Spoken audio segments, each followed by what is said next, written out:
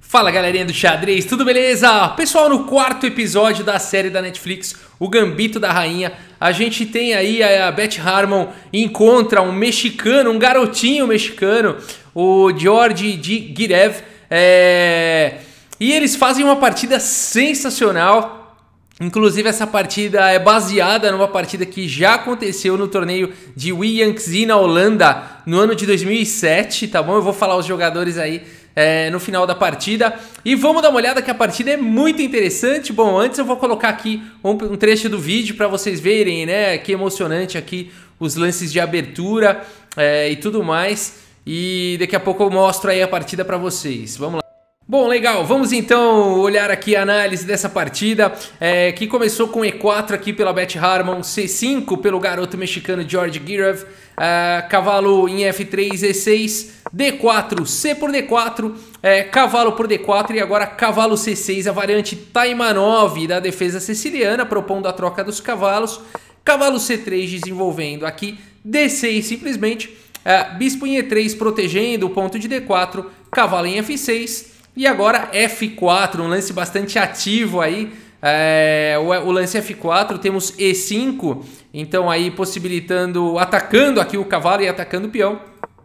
Cavalo em F3, foi jogado cavalo G4, atacando o bispo. Dama D2, permitindo aí o cavalo capturar o bispo, cavalo em E3, dama por E3, E por F4 e dama por F4, e a gente tem essa posição aí, esse lance, né, que ele é destacado aí durante essa cena, né, da partida entre esses dois jogadores, né, e a partida então segue aqui com bispo em E7, desenvolvendo o bispo, grande roque aqui pela Beth Harmon, bispo em E6, esses lances não aparecem na série, esses lances são os da partida, e eu vou chegar até o lance que já aparece na série, tá bom? Vamos lá, cavalo D5, subindo aí com o cavalo, roque, rei em B1, né, protegendo já o peão aqui de A2, torre aqui em C8, então essa torre aqui na coluna semi-aberta, G4 partindo para um ataque na ala do rei, bispo por D5, trocando peça, torre por D5 e cavalo B4, atacando agora aqui a torre e atacando também em C2,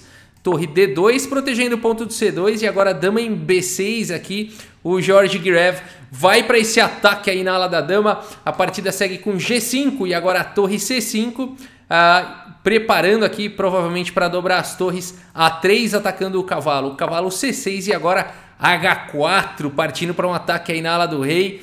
Bacana, né? Essas partidas de defesa siciliana com roques de lados opostos, sempre tem esses temas aí bem legais dos dois aí, os jogadores de brancas atacando na ala do rei e as negras atacando na ala da dama, né? É sempre muito interessante.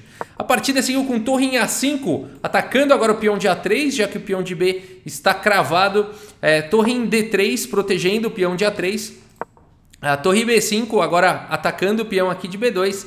E dama em C1, protegendo tudo. A torre C8, trazendo mais uma peça para o ataque. Bispo em E2, finalmente conectando aqui as torres e também protegendo mais uma proteção aqui no cavalo.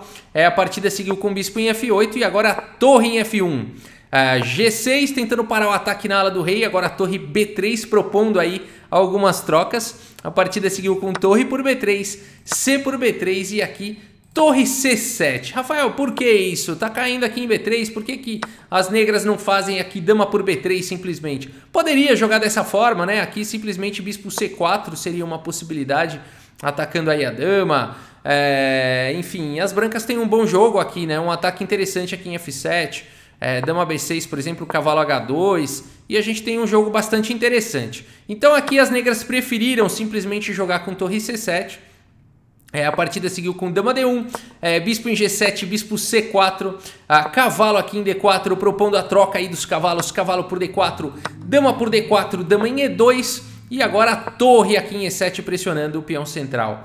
Torre em F2, torre por E4 e agora bispo por F7. O ponto de F7 ficou desprotegido, vem com cheque, rei em H8 e agora dama C2 foi jogado. Colocando a dama em segurança, torre em E1 cheque, rei em A2 e agora dama C5, propondo aí a troca das damas, B4, ganhando um pouco de espaço na ala da dama, dama por C2, torre por C2, bispo em E5, bispo D5 atacando o peão de B7, H6, torre C8, cheque, rei H7.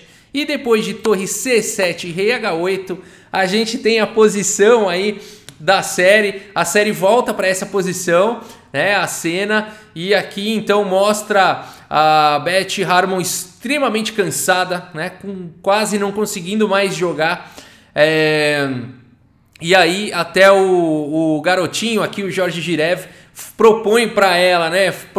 Fala, você não quer selar o lance? Vamos adiar a partida para amanhã? Então naquela época tinha essa questão de selar o lance, né? Ela chama o árbitro, escreve num papelzinho o lance que ela vai fazer, põe no envelope e no outro dia a partida continua, né? E aqui ela então decide realmente selar o lance. A gente tem essas cenas aqui.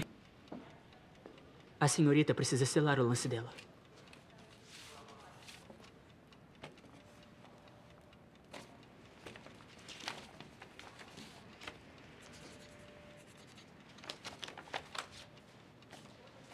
A partida se reiniciará amanhã às 10, antes das partidas regulares. Muito bem, e no dia seguinte, então, eles retomam Beth Harmon com muito mais energia, bastante confiante. Ela chega aqui nesse final e faz um lance muito forte nessa posição, um lance mais forte da posição.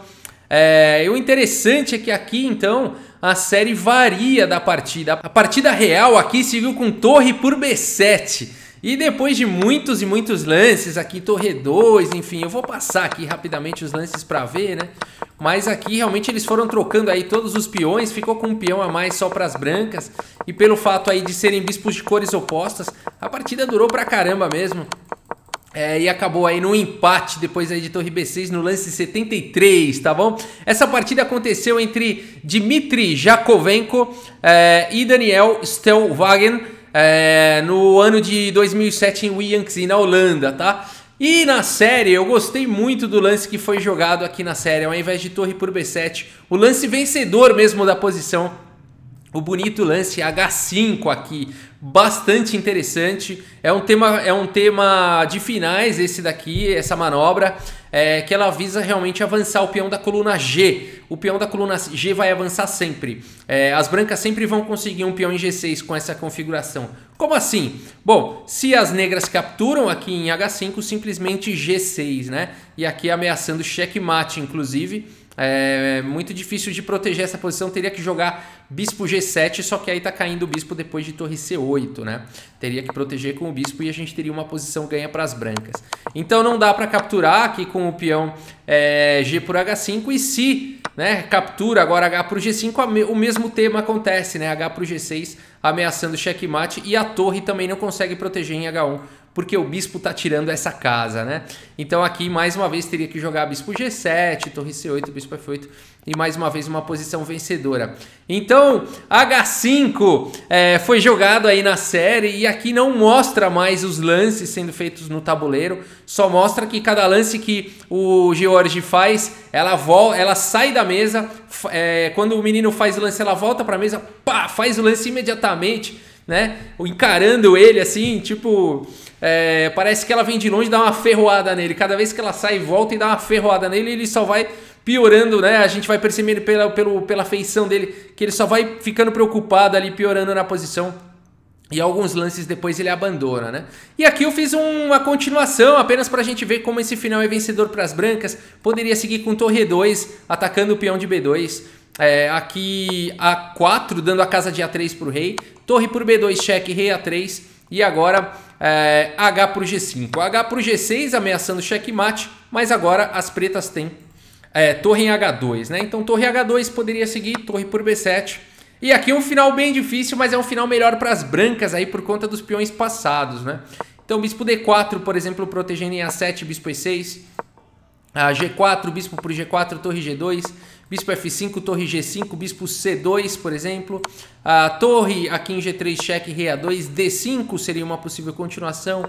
A5, rei G8, torre D7. Aqui eu vou passar aqui os lances, tá, pessoal? Porque isso não acontece na série, mas realmente só para ilustrar, ainda assim um final bem difícil, né? A gente vê que levaria muitos e muitos lances, né? Mas realmente H5 leva, dá condições aí com um jogo preciso de realmente vencer, né? E aí esses peões passados fazem toda a diferença. ainda existe aqui umas manobrinhas, né, para realmente conseguir levar para um final vitorioso, né? Então, muito legal, gostei muito aqui do lance H5 que foi jogado aí na série, realmente mostra que a série se preocupou, né, em melhorar o que já existe. Eu soube que jogadores de peso como Garry Kasparov e muitos outros foram contratados aí para dar consultoria, né, para o pessoal que fez aí essa série da Netflix, para poder exatamente trazer aí partidas e variantes interessantes de partidas que realmente aconteceram e colocar aí bastante qualidade, além de toda a produção também em relação aí aos jogos, né, às partidas, né. Muito legal, muito boa essa era, né, pro xadrez. Antigamente, quando aparecia xadrez nos filmes, era sempre a casa aqui direita do tabuleiro negra, né, ou o rei trocado com a dama. São as cenas clássicas, assim, de filmes que tinham xadrez, né, e agora não, agora a gente tem aí uma série da Netflix sendo feita com consultoria de Kasparov e outros grandes mestres. É realmente muito bom aí pro xadrez aí no cenário mundial. É isso, pessoal. Espero que vocês tenham gostado aí do vídeo. Muito obrigado pela sua audiência. Um grande abraço para todos vocês e até a próxima. Valeu!